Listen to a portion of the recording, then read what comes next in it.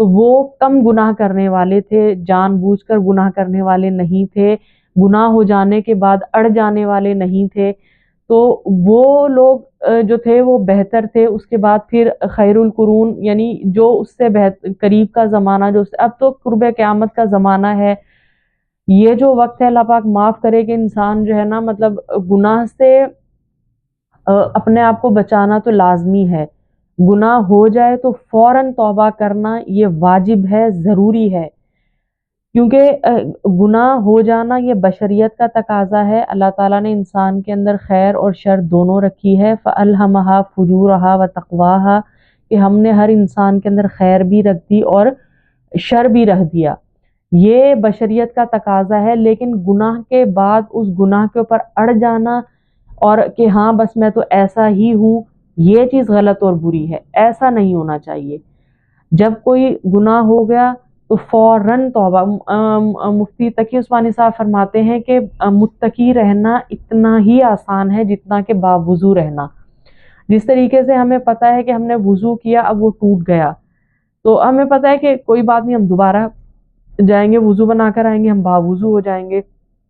تو جس طریقے سے باوضو رہنا آسان ہے، اسی طریقے سے متقی رہنا بھی آسان ہے، تائب ہو کر رہنا بھی آسان ہے.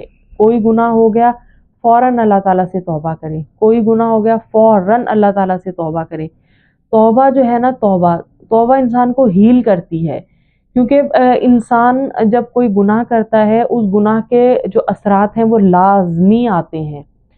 کیا آتے ہیں کہ اس کے دل سے سکون ختم ہو جاتا ہے، اس کا اپنے آپ کے اوپر سے کنٹرول ختم ہو جاتا ہے، جذبات میں توازن نہیں رہتا، پھر وہ مزید ایسی حرکتیں کرتا ہے جو کہ اس کو نہیں کرنی چاہیے. جب انسان توبہ کر لیتا ہے تو توبہ کرنے کے بعد اس کو سکون ملتا ہے. اب وہ یہ اپنے آپ کو خود پاکیزہ تصور کرنے لگتا ہے کہ میں اپنے رب سے جڑ چکا ہوں، میرا کنیکشن میرے رب کے ساتھ مضبوط ہو چکا ہے.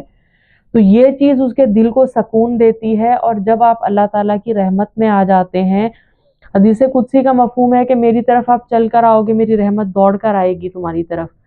تو جب اللہ تعالیٰ کی رحمت آپ کو ڈھانپ لیتی ہے تو آپ کی زندگی کے اندر سکون آ جاتا ہے، اور آپ کی جو زندگی ہے وہ ایک صحیح راستے کے اوپر چلنا شروع ہو جاتی ہے.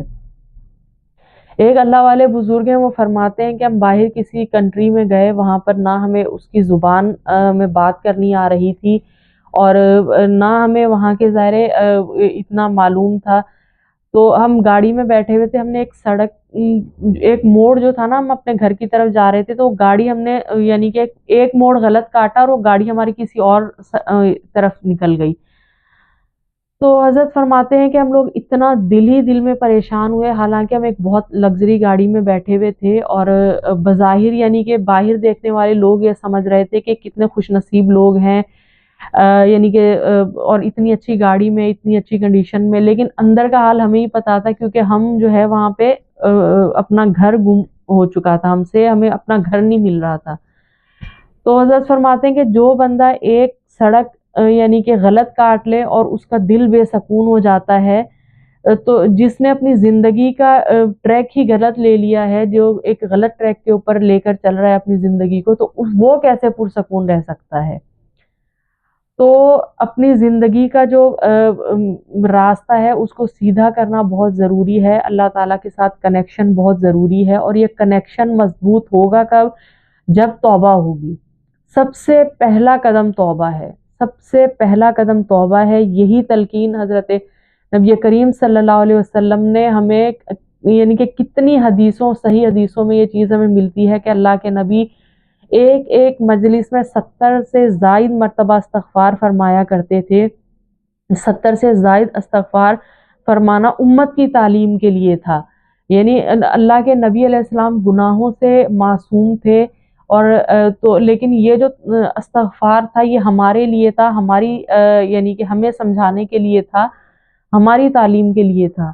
تو ہم لوگ کم از کم زیادہ نہیں تو ایک تسبیح صبح استغفار کی، درود شریف تیسرا کلمہ صبح میں 3 تسبیحات، اور یہ 3 تسبیحات شام میں. صرف یہ 3 تسبیحات اپنی زندگی میں لے آئیں. ان تسبیحات کی برکت سے خود دیکھیں گے کہ زندگی کے اندر کتنا سکون ہے، اور کتنی پریشانیاں جو ہے نا وہ ختم ہوئی ہیں اور کتنے الجھے ہوئے کام جو ہے نا وہ سیدھے ہوئے ہیں۔ بس اللہ تعالیٰ کہنے سننے سے زیادہ عمل کرنے کی توفیق عطا فرمائے۔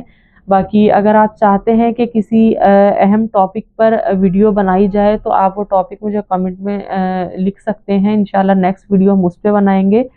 باقی اگر آپ کو آج کی ویڈیو میں کوئی بھی بات اچھی لگی ہو، سمجھ آئی ہو، تو صدقہ جاریہ سمجھ کر کے اس کو شیئر ضرور کیجئے گا۔ اور میرا نام ہے خدیجۃ الکبریٰ اور یہ میرا چینل ہے KK ریفلیکشن۔ اگر آپ اسلامک ویڈیوز کو پسند کرتے ہیں تو سبسکرائب ضرور کیجئے گا۔ السلام علیکم ورحمۃ اللہ وبرکاتہ۔